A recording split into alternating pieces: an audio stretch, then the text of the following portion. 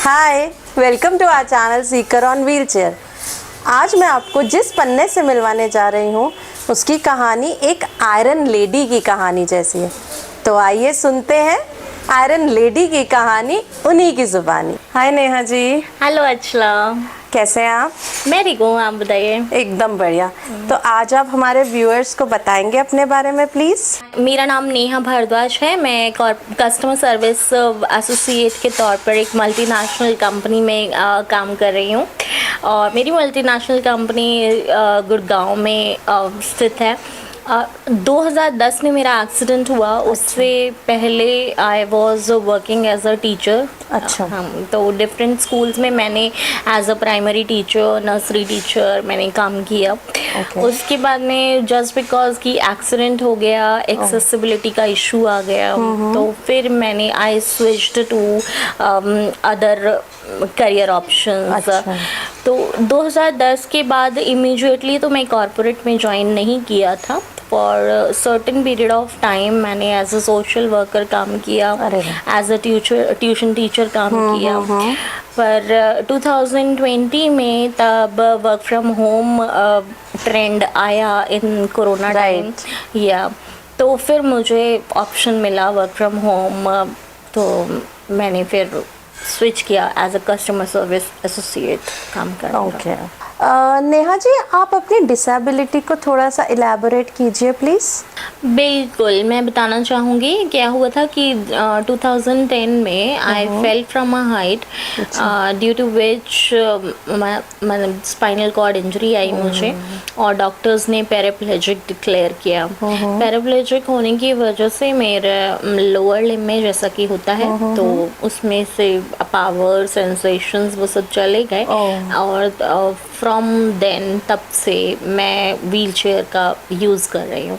थोड़ा बहुत मैं वॉकर से भी मूवमेंट कर लेती हूँ, बट इंडोर। आउटडोर का जब भी रहता है तो मैं I prefer to use wheel chair.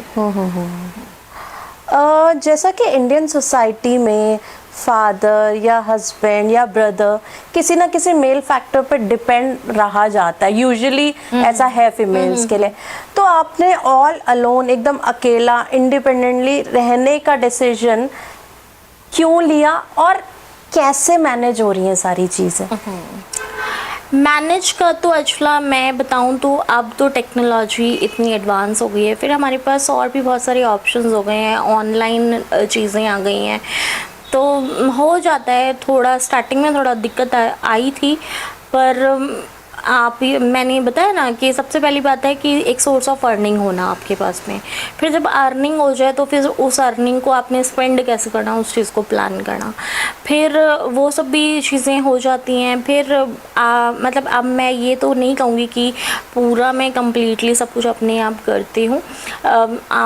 थोड़ा कुछ काम ऐसा है, अब जैसे बिल्कुल अपना फ्लोर क्लीनिंग है तो वो तो मेरे लिए पॉसिबल नहीं है, तो उस चीज़ के लिए मैंने डोमेस्टिक हेल्प रखा हुआ है। हाँ, लेकिन जो और बाकी चीज़ें हैं वो ऑनलाइन उन शॉपिंग से सॉर्ट आउट हो जाती हैं चीज़ें। बाकी खुद को मुझे शुरू से ये आदत रही है कि टाइम टेबल से चलना है। Very nice. तो मैं उस मतलब उस रूटीन को मैं मेंटेन रखती हूँ, और मैंने अपना टाइम बनाया हुआ है। इस टाइम मुझे उठना है, इस टाइम मुझे सोना है, इतना घंटा मुझे एक्सरसाइज को देना है, इतना टाइम मुझे लेजर टाइम एक्टिविटी को देना है। तो और मतलब इस तरह से थोड़ा टाइम मैनेजमेंट एंड और घर का मैनेजमेंट।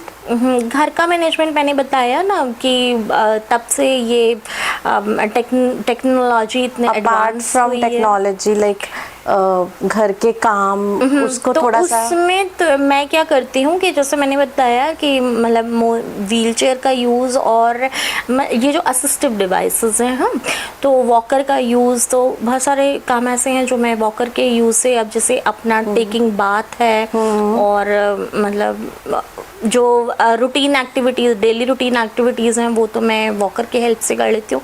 बाकी कुछ चीज़ें हैं जैसे कुकिंग का भी कभी मुझे थोड़ा शौक है एंड ऑल, तो किचन में भी कुछ होता है कुछ मैनेज करना, तो मैं व्हील चेयर से मैनेज कर लेती हूँ। तो with the help of walker I am 60% independent, and with the help of wheel chair I am 100% independent. या और लेजर टाइम में मेरे को आदत है थोड़ा आर्ट एंड क्राफ्ट, पेंटिंग, और social work, social Amazing. Activities, meeting people, वाह, interacting with people, great great this great. Is my hobby. तो नेहा जी, आप हमारे व्यूअर्स को क्या मैसेज देना चाहेंगे? वो कहते हैं ना अंशुला कि ना कोई संघर्ष ना तकलीफ तो क्या खाक मज़ा है जीने में, बड़े बड़े तूफान भी थम जाते हैं जब आग लगी हो सीने में।